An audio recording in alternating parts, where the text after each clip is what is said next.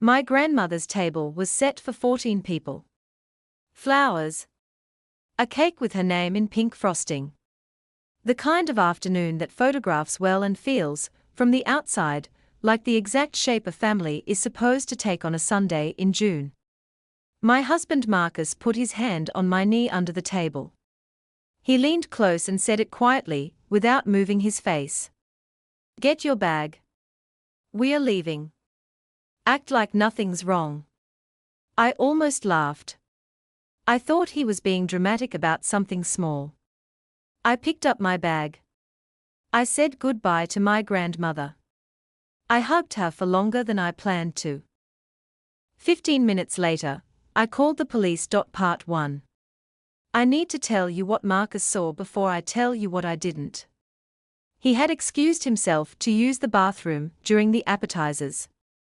Our family home has a layout that makes the back hallway visible from the bathroom door, a long corridor that connects the kitchen to my father's study, and which most people don't think about as a vantage point because it is narrow and unlit and nobody stands in it intentionally. Marcus had not been standing in it intentionally. He had been walking back toward the dining room when he saw my father and my sister Dana go into the study together and close the door, and something about the way they moved, quickly, close together, glancing back at the hallway before the door shut, had made him stop instead of continuing. He stood in the dark hallway for 4 minutes. He heard enough.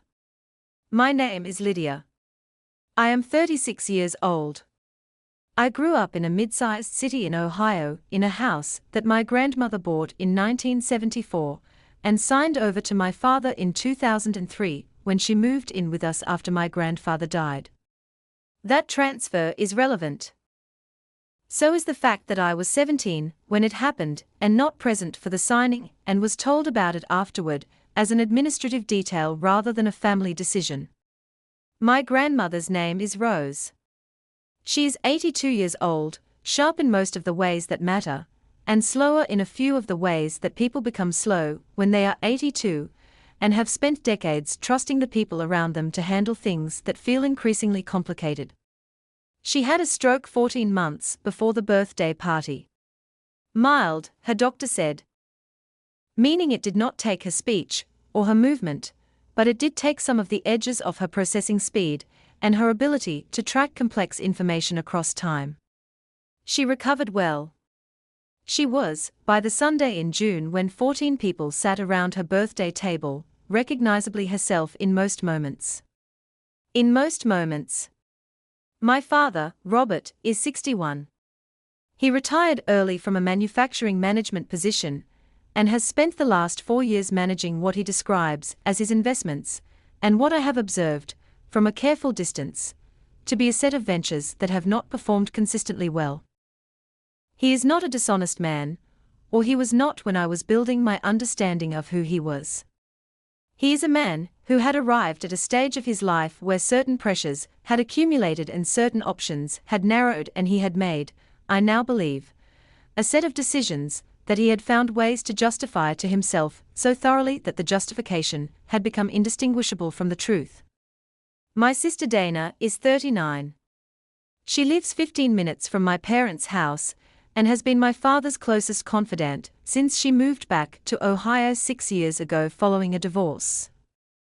Dana and I have a relationship that is functional and warm on the surface and built on an unspoken agreement not to examine anything too carefully beneath it. She is organized in the specific way that people are organized when they are managing something, and she had been managing something for long enough that the management had become her natural posture. I had noticed both of them behaving differently in the months before the birthday. My father was quieter than usual when I asked how things were going. Dana had taken over most of the communication around family events, which I had attributed to helpfulness rather than curation. She had arranged the birthday party. She had set the table. She had made the cake with the pink frosting and my grandmother's name written in the careful script that meant she had practiced it.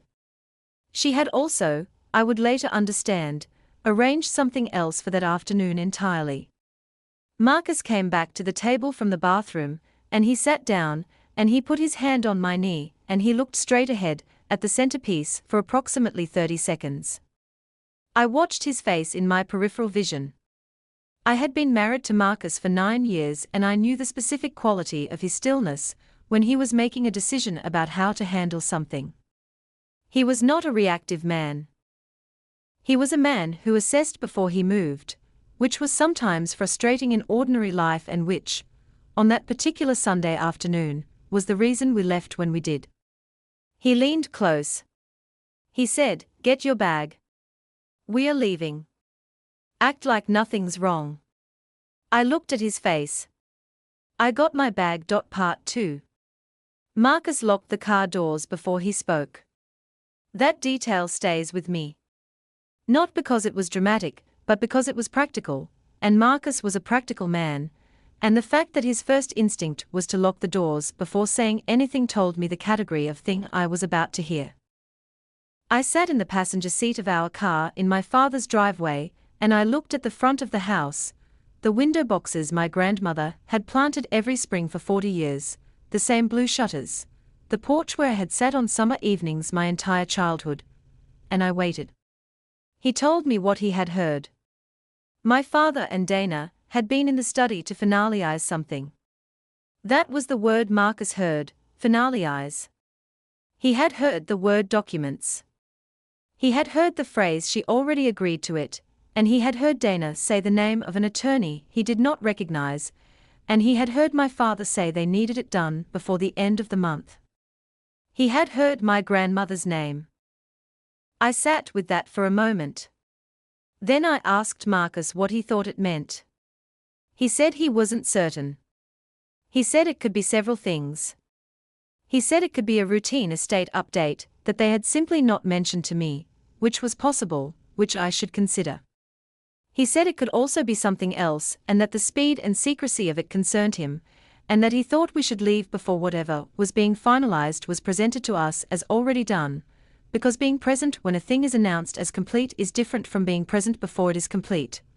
And he wanted us to have the option of the second position.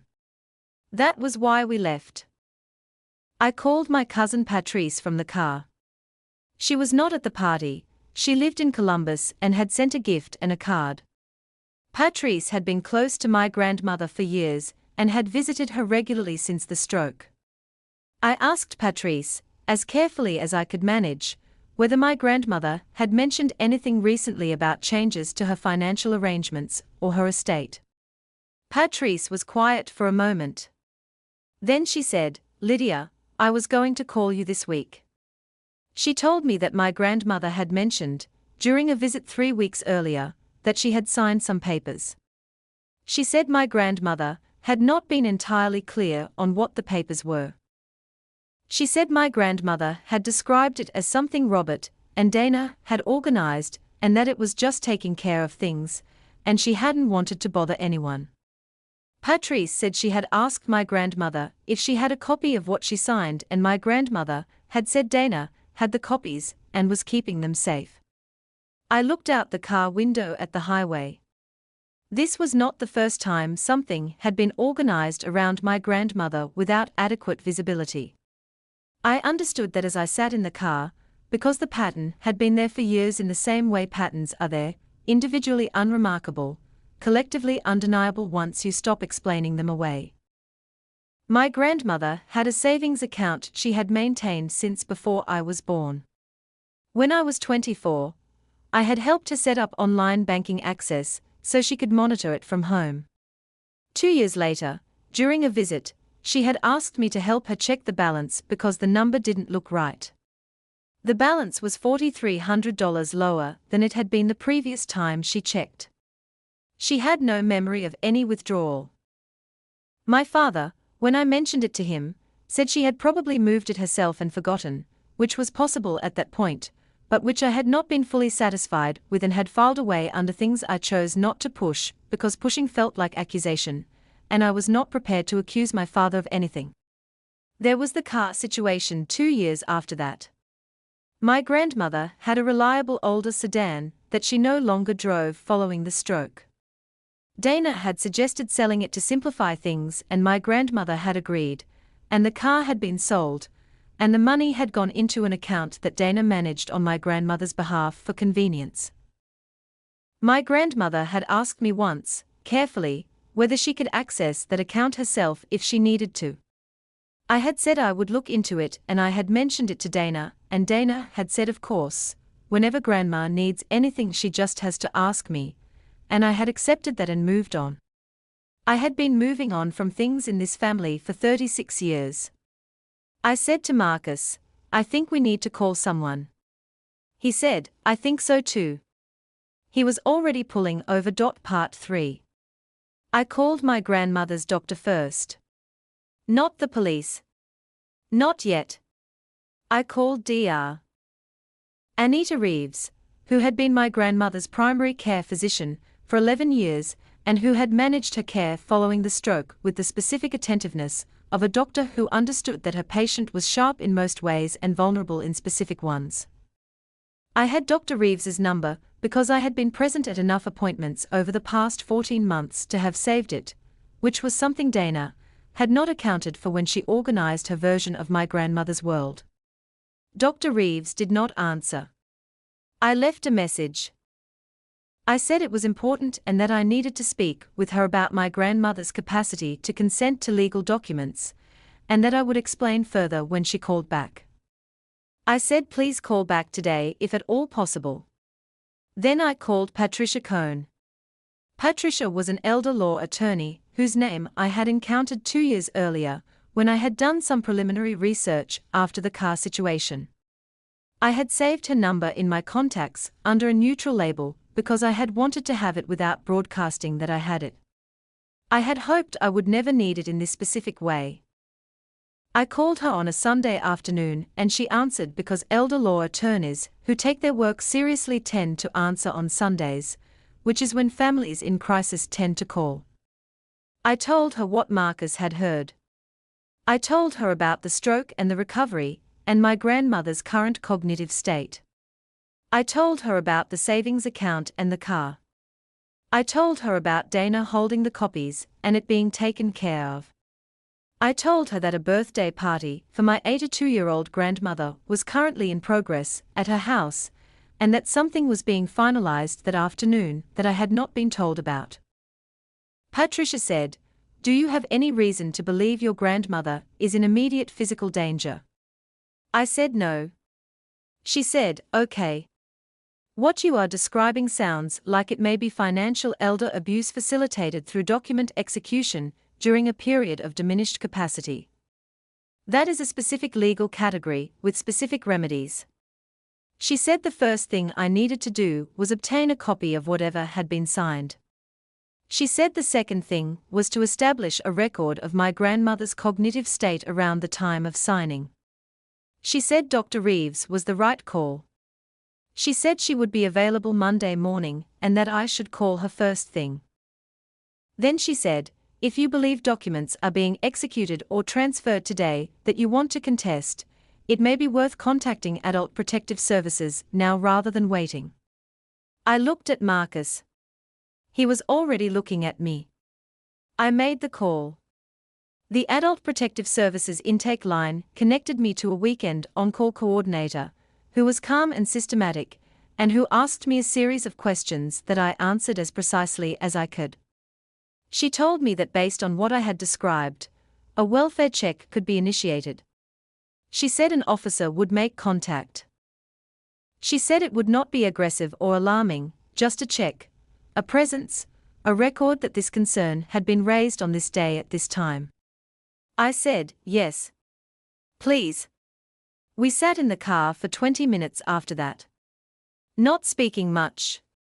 Marcus had his hand on mine and the radio was off and the Ohio afternoon was doing what Ohio afternoons do in June, quietly bright, unhurried, entirely indifferent to what was happening inside the houses along the road. I thought about my grandmother at the table with the pink frosting cake and the flower arrangements and 14 people who had arrived, most of them, with no knowledge of what was being finalized in the study.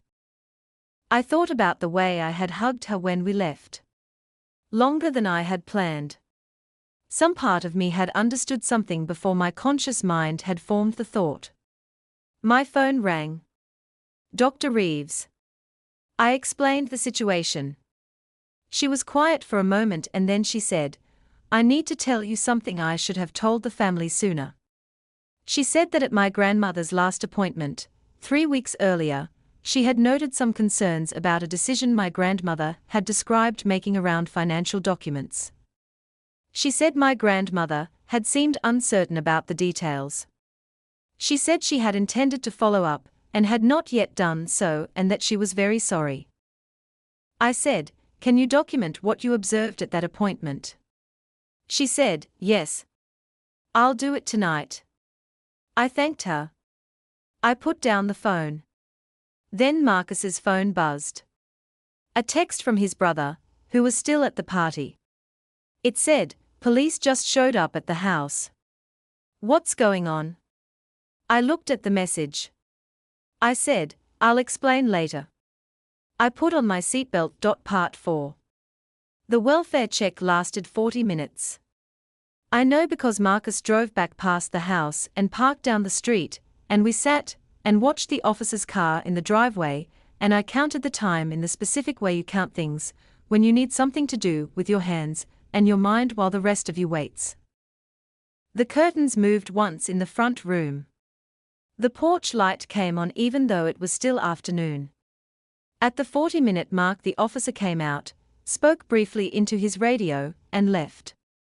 My phone rang 11 minutes later. It was Dana. I let it ring. She called 3 more times in the following hour. My father called twice. I did not answer either of them. Not out of avoidance.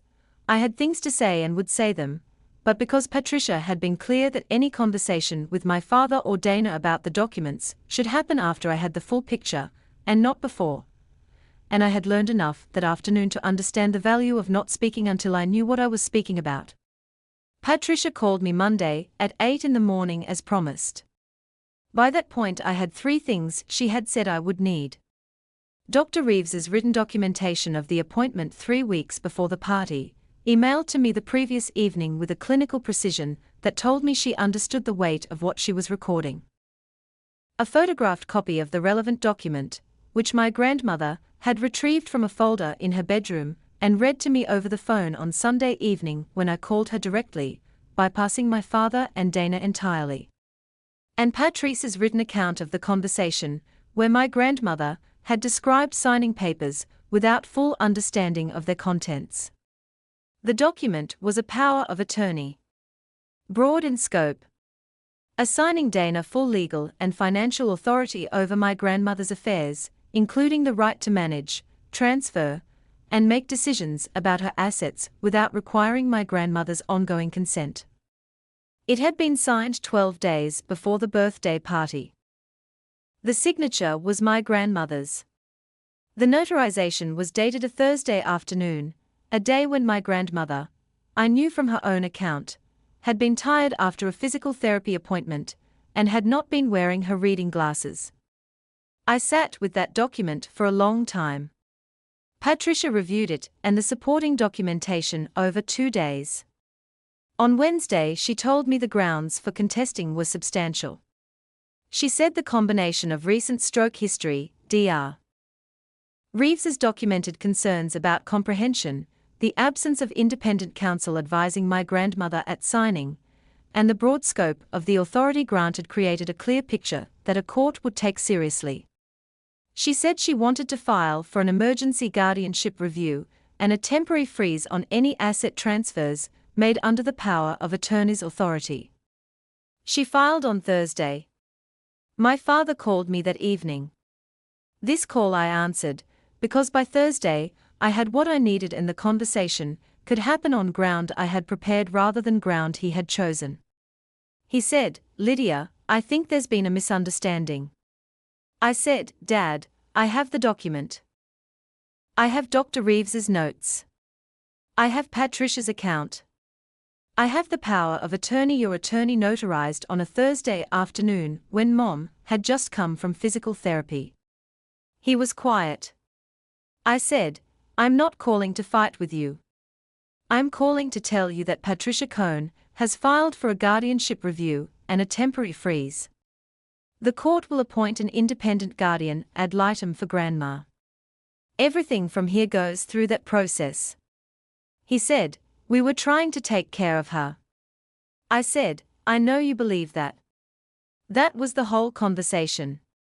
I meant it, not the part about believing it, but the part about knowing he believed it. My father had not woken up one morning and decided to harm my grandmother.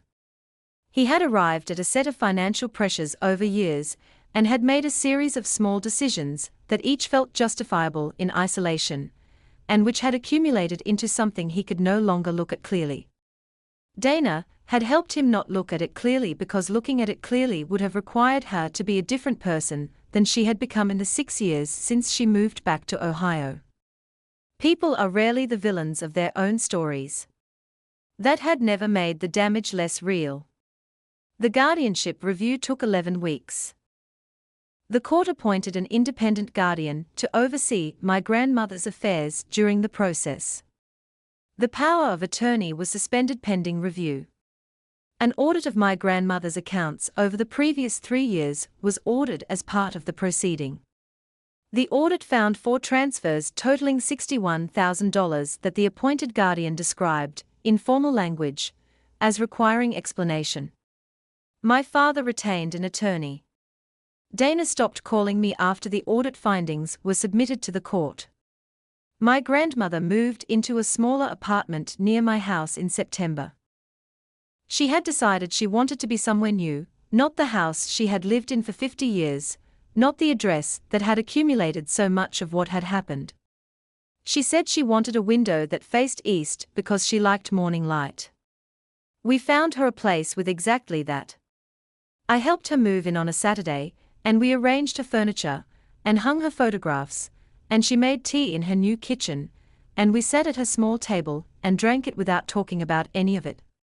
She was still sharp in the ways that mattered. She asked me once, carefully, whether I was angry at my father. I thought about it honestly before answering. I said I was sad more than angry. I said I thought he had stopped being able to see clearly, and that the not seeing had caused real damage, and that I hoped the process would require him to see it. She nodded slowly. She said, "Your grandfather used to say that the people who love you can sometimes do the most harm, because they've had the most practice getting close." I thought about that for a long time after. The legal process continued at the pace legal processes take. There were hearings and filings and the particular slow machinery of a court that is not in a hurry because the court is never in a hurry. Patricia managed it all with the even competence of someone doing work she believed mattered, which made the pace easier to accept. I visited my grandmother twice a week. Tuesdays and Saturdays. We watched cooking programs she liked and I helped her with the crossword puzzle she did every morning, and she told me stories about my grandfather that I had heard before and still wanted to hear again. Marcus came on Saturdays. He sat in the chair by the east window and drank her tea and listened to her stories with the same patience he brought to everything, and my grandmother had told me once, privately, that she thought I had done very well with that one. I agreed with her. He had stood in a dark hallway at a birthday party and heard something and made a decision in 30 seconds that had changed what happened next. That was not a small thing. That was, in fact, everything. I thought about the pink frosting cake and the flower arrangements and the afternoon that had looked, from the outside, like exactly the shape a family was supposed to take. I thought about hugging my grandmother in the doorway and holding on longer than I had planned. I thought about locking car doors and locked accounts and documents signed on Thursday afternoons without reading glasses. None of it had been visible from the street. That was the thing about patterns. They were never visible from the street. They were built inside, over years, in the ordinary language of family life, accommodations and silences, and small redirections that accumulated into structures you couldn't see clearly until something made you stop in a dark hallway and listen. Marcus had stopped. I had listened. My grandmother was in her east-facing apartment with her morning light, and her crossword, and her stories about my grandfather that I still wanted to hear. We were still here. That was enough.